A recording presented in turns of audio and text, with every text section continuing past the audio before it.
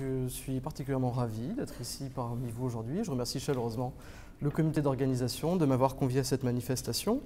Et donc je vous emmène avec moi faire un petit tour à Bordeaux, au milieu du 19e siècle, pour vous parler de restauration monumentale et de mise en scène urbaine. Ce sont deux problématiques qui ont été étudiées séparément. Pour la restauration monumentale, je vous renvoie à la thèse de Claude Laroche dans les années 80 sur Paul Abadie, qui a été particulièrement actif, vous le verrez, sur la ville de Bordeaux.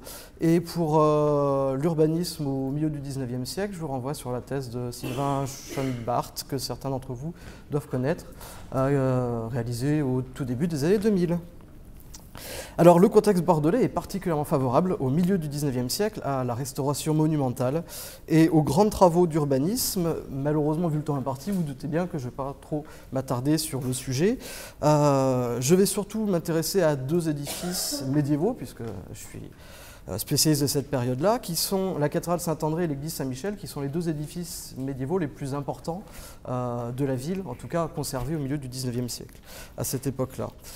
Outre les opérations d'entretien et de rénovation radicales que subissent souvent les édifices médiévaux, l'isolement de ces deux églises est particulièrement intéressant, puisque ce sont des édifices bipolaires, où on a l'église d'un côté et le clocher qui est isolé à part de l'édifice, et ça pose des questions en termes de conception de l'espace public, par rapport aux problématiques d'urbanisme au milieu du 19e siècle. Et donc des questions de maîtrise de cet espace public. Donc je vais commencer tout de suite avec l'isolement. Mon propos est qu'on connaît souvent le rôle joué par les mairies dans les opérations de restauration et d'urbanisme, notamment dans les villes de province, et notamment dans l'isolement, hein, puisque souvent ce sont les mairies qui sont à charge de l'isolement. Cet isolement, c'est une sorte de tarte à la crème, quand même, de la restauration et de la pensée patrimoniale au milieu du 19e siècle, qui confère une construction et une charge symbolique nouvelle à l'édifice qui devient un monument. À Bordeaux, les pouvoirs publics ont un allié de taille en la personne du cardinal Donnet.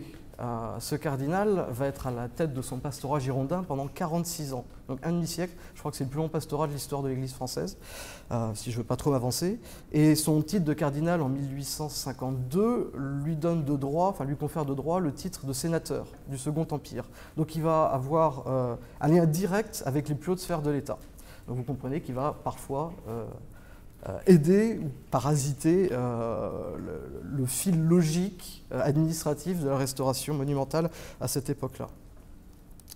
Donc voici le cardinal Donnet et voici un plan levé du sud de la cathédrale qui, au milieu du 19e siècle, est encore ceint par son bâti, et notamment vous avez ici l'ancien cloître, donc une affaire très importante à Bordeaux, la destruction du cloître.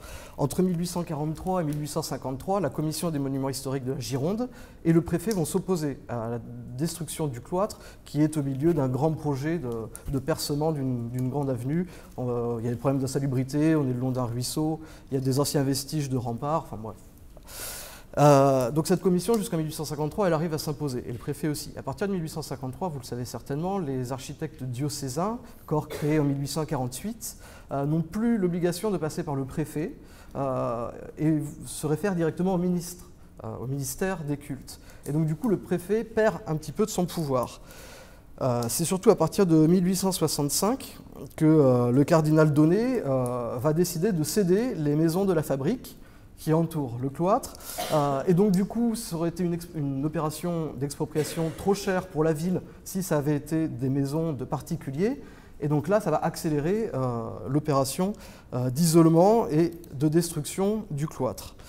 En 1866, le cardinal Donnet a l'idée de créer un jardin paysager autour des galeries qui restent de ce cloître, à partir des statues du portail royal, qui est une œuvre du XIIIe siècle au nord de la cathédrale. Ces statues avaient déjà été déménagées par le cardinal dans une de ses villégiatures, à Mérignac, la Chartreuse de Fontcastel, dans une belle composition paysagère, dont il existe des photographies, mais je m'excuse, je n'ai pas eu le temps d'en incorporer.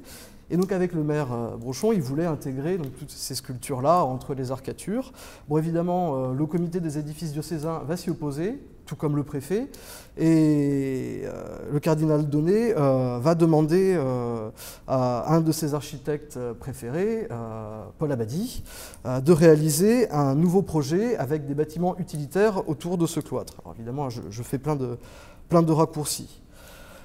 Le cardinal Donnet va réussir à financer ce projet de sacristie, à l'autofinancer par une souscription. La construction commence à partir de 1869. Et surtout, Paul Abadie va bénéficier, disons, de la complexité administrative pour commencer à détruire le cloître, les arcatures qui étaient censées être conservées, puisque ça ne rentre pas en compte dans les projets d'urbanisme de la ville qui veulent faire passer une avenue ici. Donc le cardinal Donnet a les moyens pour ce projet qui commence en 1869, mais très rapidement en 1872, le chantier est à l'arrêt puisqu'on n'a plus les moyens, et c'est l'époque où Abadie devient inspecteur général des édifices diocésains, et donc du coup tout est autofinancé ensuite par le ministère des Cultes, très rapidement, et le chantier durera jusqu'en 1879.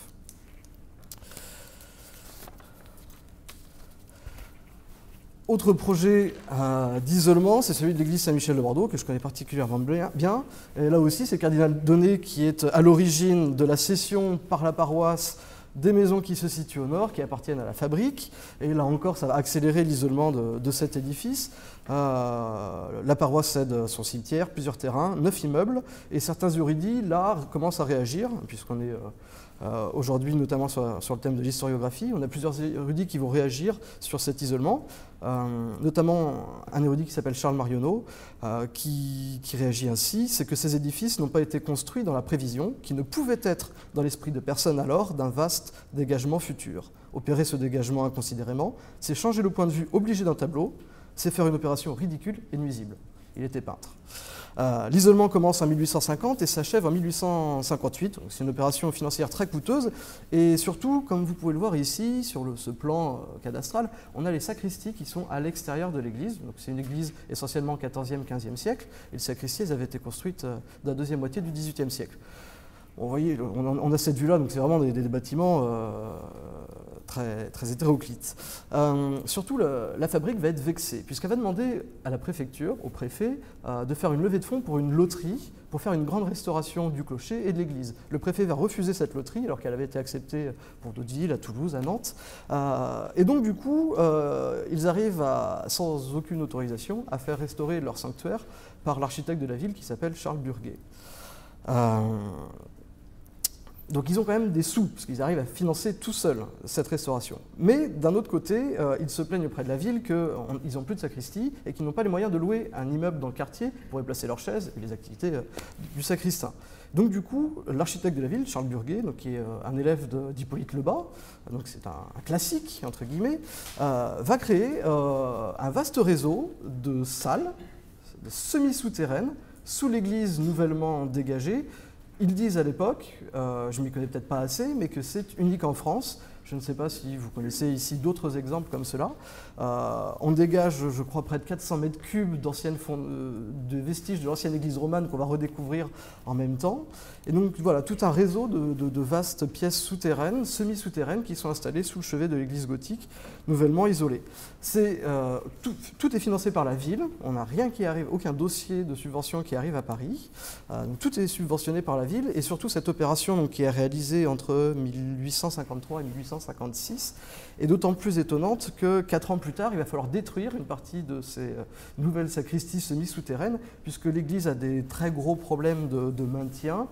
Les piliers fléchissent, les 3 vaisseaux principaux du chevet vont être démolis. On va démolir jusqu'à 7 mètres de profondeur, on va atteindre la nappe phréatique. Enfin, c'est un chantier absolument dantesque, on pompe la nuit, on creuse la journée. Et donc du coup, voilà, on va être obligé en plus de détruire une partie de ces sacristies. Alors ce chantier de reconstruction du chevet, donc particulièrement intéressant, puisque c'est la commission des monuments historiques de la Gironde qui s'occupe de ce dossier-là, et il y a une très grande connivence avec l'architecte de la ville, Charles Burguet, qui est aussi membre de cette commission des monuments historiques, et les autres architectes locaux, et surtout on sent une petite... Enfin, ils sont clairement vexés, puisque on est en train de leur apposer Paul Abadie à la cathédrale et à l'église Saint-Michel. C'est l'architecte d'Anjois, qui depuis quelques années, qui est un Parisien, qui depuis quelques années est architecte diocésain, et un collaborateur d'Abadie à Angoulême vient de proposer un projet de reprise en sous-œuvre des piliers. Ça fait 30 ou 40 ans que les architectes bordelais s'étripent sur ce sujet. Est-ce qu'on détruit? Est-ce qu'on reprend en sous-œuvre? Et donc un collaborateur de Paul Abadie envoie un projet en disant que c'est une reprise en sous-œuvre extrêmement simple et facile. Vous en doutez, il touche à l'orgueil des Bordelais qui déboutent aussitôt ce projet. Et en 1859, dans plusieurs débats publics, les architectes de la Commission des monuments historiques de la Gironde déclarent « Faut-il laisser croire à nos collègues de Paris, à la Commission d'archéologie, que les architectes, les constructeurs de la province, sont impuissants dans les cas graves et douteux ?» Vous l'avez compris, ils sont vexés. C'est un vaste projet donc, de restauration sur lequel je ne vais pas m'appesantir aujourd'hui, mais ils sont aussi vexés puisque Paul Abadie vient de remporter, évidemment placé par le cardinal Donnet, le projet de reconstruction, de restitution d'abord, de la flèche Saint-Michel, qui est ce clocher isolé à l'ouest de l'église. Donc, clocher pour lequel, quelques années plus tard, un des architectes membres de la Commission des monuments historiques, Gabriel-Joseph Durand, venait de proposer un devis bien moins cher. Paul Abadie, au début, propose une restitution. J'insiste vraiment sur les mots, puisque c'était l'exercice, notamment dans les premières communications.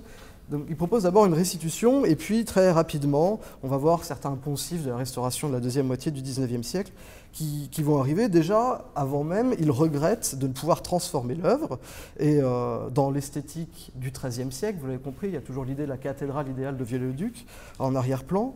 Il indique « Si la restauration ne devait être une reproduction fidèle de ce qui était, rien ne serait plus facile que de donner à cette tour l'aspect qui fait la beauté des édifices du XIIIe siècle. » Parce que sa masse est identiquement semblable à celle des tours de cette époque. Il ajoute que les puristes du Moyen-Âge trouvent qu'elle est bien loin de la perfection de l'art qui a présidé à l'exécution de la sculpture du XIIIe siècle. Très rapidement, il va réussir à modifier son projet, qui avait... Alors, à chaque fois, les modifications... donc c'est un clocher, excusez-moi, c'est un clocher donc, qui date des 2 dernières décennies du XVe siècle. Et il va réussir petit à petit à intégrer des éléments du XIIIe siècle, fin habile comme il est, notamment pour corriger, vous voyez il y a un espace entre les clochetons et le tambour de la flèche, pour corriger l'effet désagréable produit par les pyramidions isolés ayant l'air de marmots faisant une imprudente ronde autour de leur maman.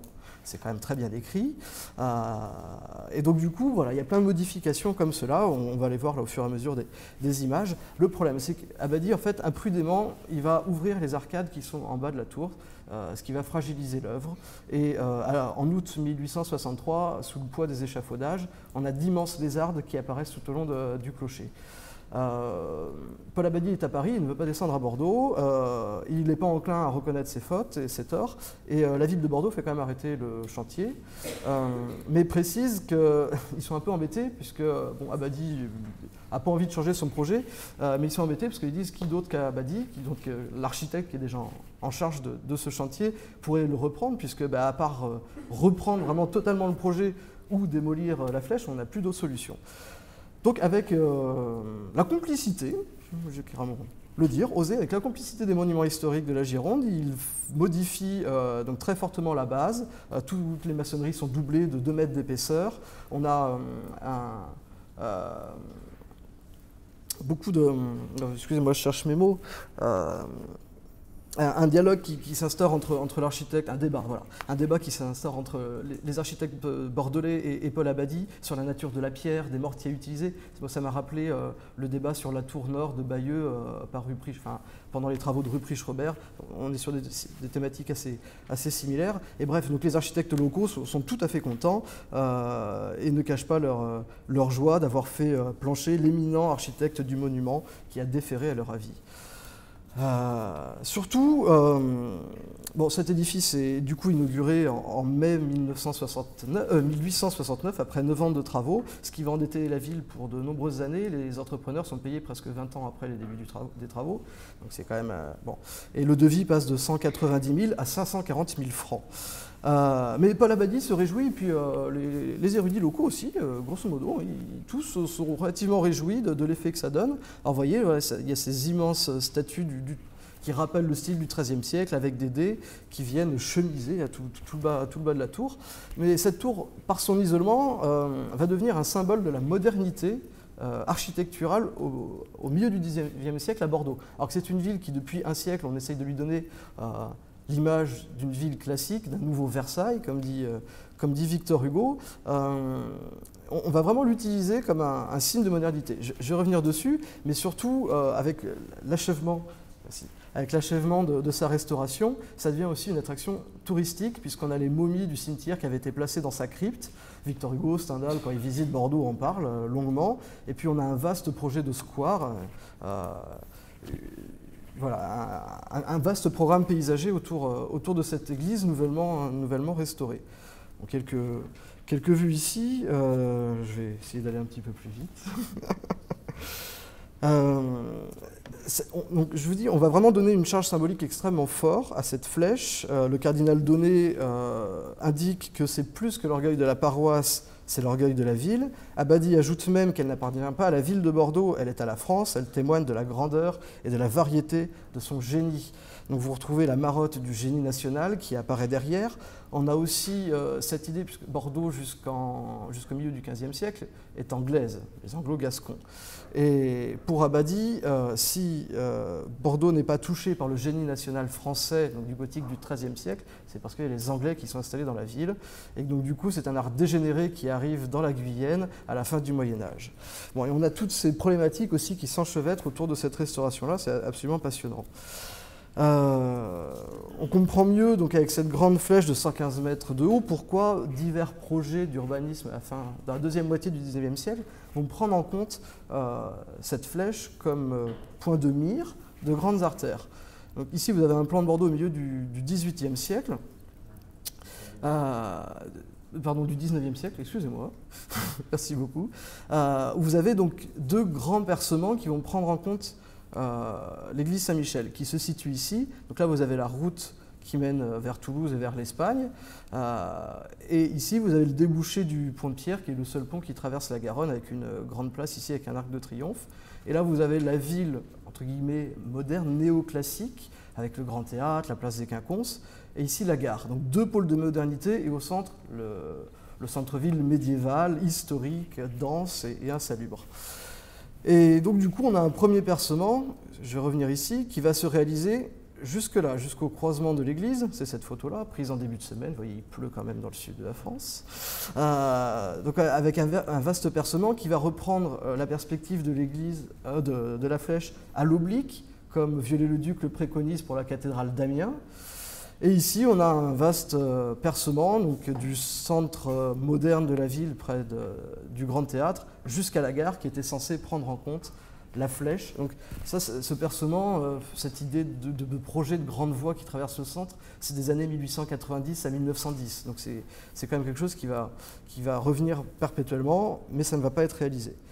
Autre clocher isolé, c'est le clocher de Péberlan, donc qui est le clocher de la cathédrale, qui lui ne va pas être du tout pris en compte pareil. On ne va pas réussir à percer de grandes voies qui le prennent en considération. Là aussi, le cardinal Donnet a un lien extrêmement important avec cette restauration, puisque c'est lui qui va faire racheter par l'État ce clocher en 1851. C'est le ministère des Cultes qui va tout financer. Alors, ce qui est étonnant, c'est qu'il a réussi, Donnet, à obtenir 6 000 francs des monuments historiques. Mais à côté de ça, ce n'était pas suffisant. Et du coup, c'est les cultes qui vont financer la totalité. Et le préfet va devoir rembourser le trésor des 6 000 francs donnés par les monuments historiques. Bon, je ne sais pas s'il y a de semblables cas. À la base, la flèche avait disparu au XVIIIe siècle. L'architecte Labbé conçoit une restitution, mais au final, Donnet va réussir à imposer cette statue de Notre-Dame d'Aquitaine, qui, je pense, lui a été inspirée par Notre-Dame de France au Puy-en-Velay, qui l'inaugure en 1860. Et elle est commandée, cette statue Notre-Dame d'Aquitaine, en 1863, au Parisien Chartier. Surtout, la flèche de Peberland ne va pas du tout être intégrée à l'urbanisme. On est tout le temps en décalage par rapport aux grands percements qui sont voulus. Et surtout, le fait qu'on détruise toutes les maisons qui la reliaient au chevet fait qu'elle va rester toujours isolée, même après tous ces efforts de construction paysagère autour. On va installer un jardin, on va installer des bassins. Certains érudits locaux vont même parler d'aquarium. Vous comprenez que c'est un terme péjoratif. Et même la statue de Notre-Dame d'Aquitaine installée en haut ne va pas plaire ni au cardinal Donnet, qui la trouve trop petite, et il ne comprend pas pourquoi est-ce que finalement on est allé la poser sur ce cône tronqué, ni à Paul Abadie lui-même, qui trouve, alors je reviens juste en arrière, qu'elle a un aspect beaucoup trop médiéval, et qu'il aurait fallu faire une sculpture bien plus moderne, à son avis. Bon, les médiévistes vous diront qu'elle n'est pas du tout médiévale. Donc du coup, je suis désolé d'avoir été un petit peu plus rapide sur la fin. J'espère vous avoir montré que le contexte bordelais est assez exceptionnel, puisqu'on retrouve pour la restauration monumentale et sa prise en compte dans l'urbanisme, puisqu'on retrouve une grande connivence dans les programmes de restauration entre la municipalité et les architectes de la commission des monuments historiques, mais surtout l'influence du cardinal Donnet a souvent... je pense qu'elle n'a pas été assez prise en compte, notamment avec sa grande proximité avec Paul Abadie, et qu'elle a façonné la politique patrimoniale de la ville et surtout les choix esthétiques. Le Bordeaux médiéval que l'on voit ici en arrière-plan évoqué sous la plume d'Hugo en 1843 comme étant un deuxième Anvers, disparaît dans la deuxième moitié du XIXe siècle sous les coups de pioche. Pourtant encore, aujourd'hui, ce sont des édifices gothiques et néo-gothiques qui portent l'identité de la ville ancienne derrière la façade classique, décrite par Paul Abadie comme le nouveau Versailles. Je vous remercie.